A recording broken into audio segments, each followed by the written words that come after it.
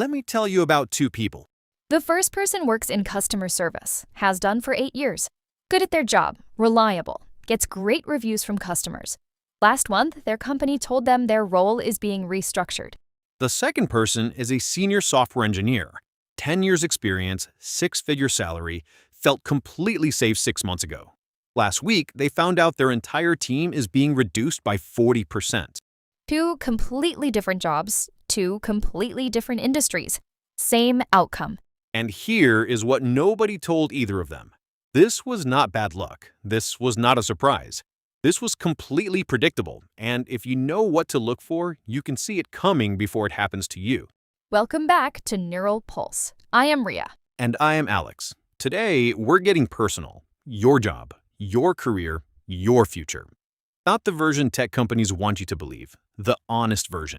Let us start with the two things everyone gets wrong about AI and jobs. Wrong belief number 1.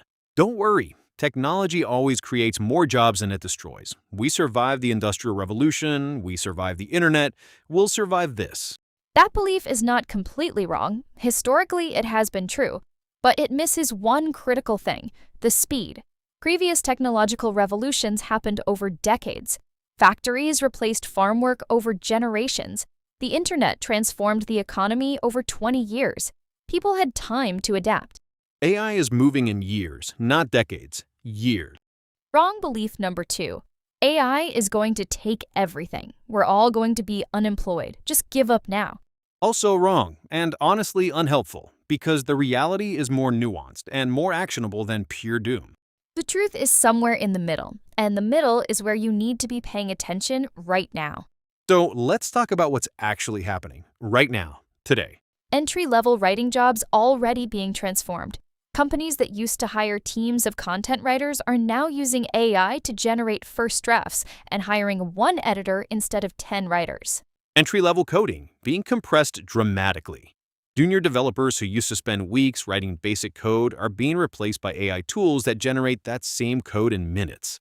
Companies are hiring fewer juniors and expecting seniors to supervise AI output instead. Customer service, already largely automated in many industries. The chatbot you talked to last time you had a problem with your bank or your phone plan, that used to be a person. Data analysis, graphic design, basic legal research, basic medical transcription, translation, all being transformed right now at a scale most people haven't fully registered yet. And here's the thing about all of these. They're not disappearing overnight, they're compressing. 10 jobs becoming 3, 20 jobs becoming 7. The work still exists, just fewer people are needed to do it. Which, for the people in those roles, feels exactly like disappearing. Now, here's where it gets interesting. Some jobs people thought were completely safe are not, and some jobs people thought were definitely doomed actually aren't. Safe jobs that aren't as safe as people think. Lawyers, specifically junior lawyers doing research and document review. AI can now review thousands of legal documents in hours that used to take teams of associates weeks. Law firms are already adjusting their hiring. Radiologists. AI is now matching and in some cases exceeding human accuracy in reading certain types of medical scans. That doesn't mean radiologists are gone, but fewer are needed, and their role is changing fundamentally. Accountants doing routine tax preparation. Financial analysts doing standard reports. Pharmacists doing dispensing work. All roles where significant portions of the job are being automated faster than most people in those professions realize. Now the surprise. Jobs people thought were doomed that are actually holding up better than expected. Plumbers, electricians, construction workers. Any job that requires physical dexterity in unpredictable real-world environments. AI is terrible at this. A plumber who can navigate an old building with unusual pipes, that skill is genuinely hard to automate. Teachers. Not because AI cannot teach. It can teach certain things very effectively. But because what the best teachers actually do, inspire, mentor, notice when a student is struggling emotionally, build relationships, that is deeply human and deeply valuable. Mental health professionals. Demand is going up, not down. Partly because of the anxiety AI itself is causing. Partly because human connection in therapeutic relationships cannot be replicated by a machine no matter how sophisticated. And here's the pattern. The jobs surviving best are the ones where the most important part of the work is fundamentally human: physical unpredictability, emotional intelligence, genuine human connection, ethical judgment in complex situations. Let me tell you about Klarna, because this is the moment that changed how I see this entire conversation. Klarna is a Swedish financial technology company. In early 2024, they announced that their AI assistant was doing the work of 700 customer service agents, not replacing 700 people eventually, doing the work of 700 people right now. They reduced their workforce from 5,000 employees to 3,500 in roughly a year, and their CEO went on record saying they plan to reduce headcount further. And here's what made this different from previous automation stories. These were not low-skilled jobs. These were educated, trained professionals who had built careers, and they were replaced not by expensive robots, but by software that cost a fraction of what those salaries cost.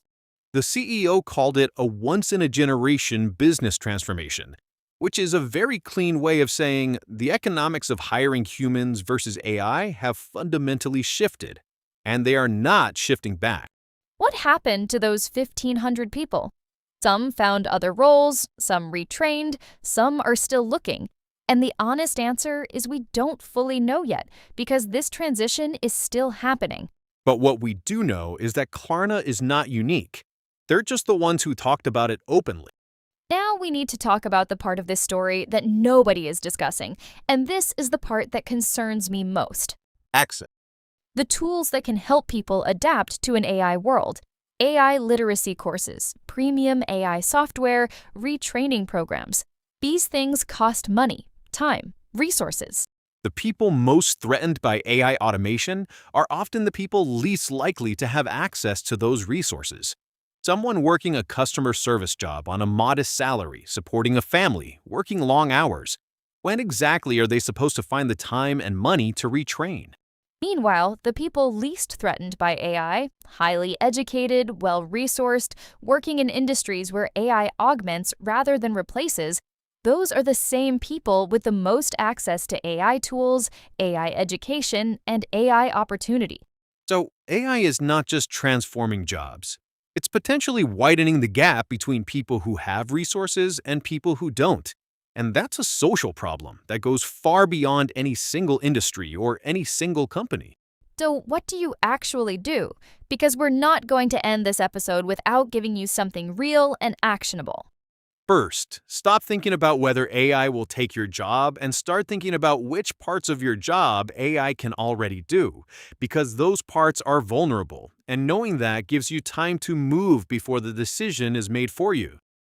Second, the next 18 months are the most important career decision window most people alive today will ever face. Not because everything ends after that, but because the patterns being established right now will be very hard to change later. The people who adapt early will have significant advantages over those who adapt late. Third, the most valuable thing you can develop right now is not a specific technical skill. It is the ability to work alongside AI effectively, to know what to give it, what to question, what to verify. That meta skill works across almost every industry and almost every role. And finally, do not wait for your company to retrain you. Do not wait for the government to build a program. Start learning now. Even 1 hour a week spent understanding how AI tools work in your industry is an investment that will compound significantly over the next 3 years. 3 takeaways from today. First, AI is not taking all jobs and it is not sparing all jobs. The honest picture is selective, fast-moving, and already happening in ways most people have not noticed yet.